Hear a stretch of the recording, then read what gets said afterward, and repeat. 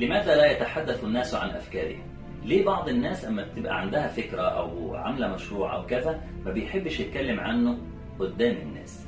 ده لسبب من اتنين. نمرة واحد إن هو خايف من أعداء النجاح، خايف يهاجموه. نمرة اتنين خايف حد يسرق الفكرة بتاعته. يبقى هو خايف إما من أعداء النجاح يهاجموه أو حد يسرق الفكرة.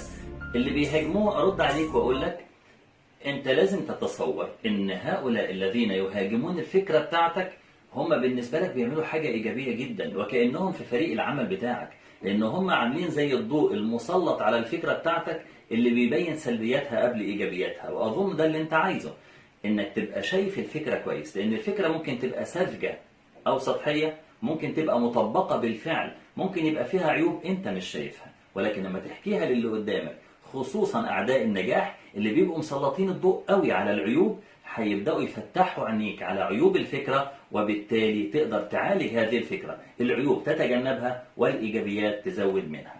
أما هؤلاء اللي ممكن يسرقوا الفكرة بتاعتك فأنت حاجة من الاثنين، إما أن أنت تبقى محافظ قوي على فكرتك وشايلها جواك وما تطلعهاش أبدا عشان خايف عليها من السرقة، زي بالظبط المركب اللي واقفة على المينا طول السنة، صاحبها خايف عليها من الخدوش، خايف عليها تتجرح، خايف عليها تتكسر، يحصل لها مشكلة في المية، فموقفها طول السنة في المينا.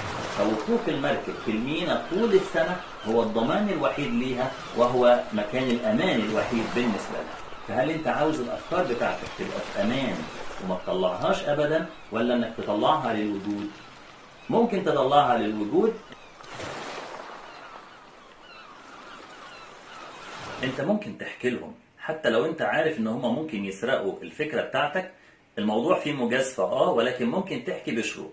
نمرة واحد انك ما تحكيش لأي حد، احكي للناس الثقة اللي ممكن تستفيد من رأيهم وعندك ثقة كبيرة ان هم مش ممكن يسرقوا الفكرة بتاعتك. نمرة اتنين، اما احكي اجمالا مش تفصيلا، بلاش تحكي التفاصيل اللي ممكن تسرق. نمرة ثلاثة، لو ممكن تسجل الفكرة باسمك زي براءة اختراع او كده، يبقى ممكن تسجلها عشان تضمن ان الفكرة بتاعتك محدش اخدها، وبالتالي يبقى تحدث عن فكرتك حتى تراها. لازم يا جماعة لما يبقى عندي فكرة او انا بفكر خارج الصندوق وفكرت في حاجة معينة لازم اتكلم عنها، لان الفكرة عاملة زي المولود، طول ما هو جنين داخل الام محدش شايفه محدش عارف عنه حاجة. امتى هذا المولود يكون له كيان ونسمع له صوت ويبقى له اسم؟ بعد الولادة.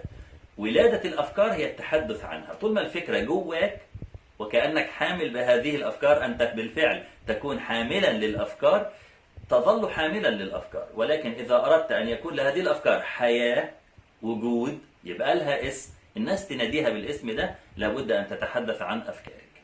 هو ده المبدأ الرابع اللي بيكلمنا عن تحدث عن أفكارك حتى تراها.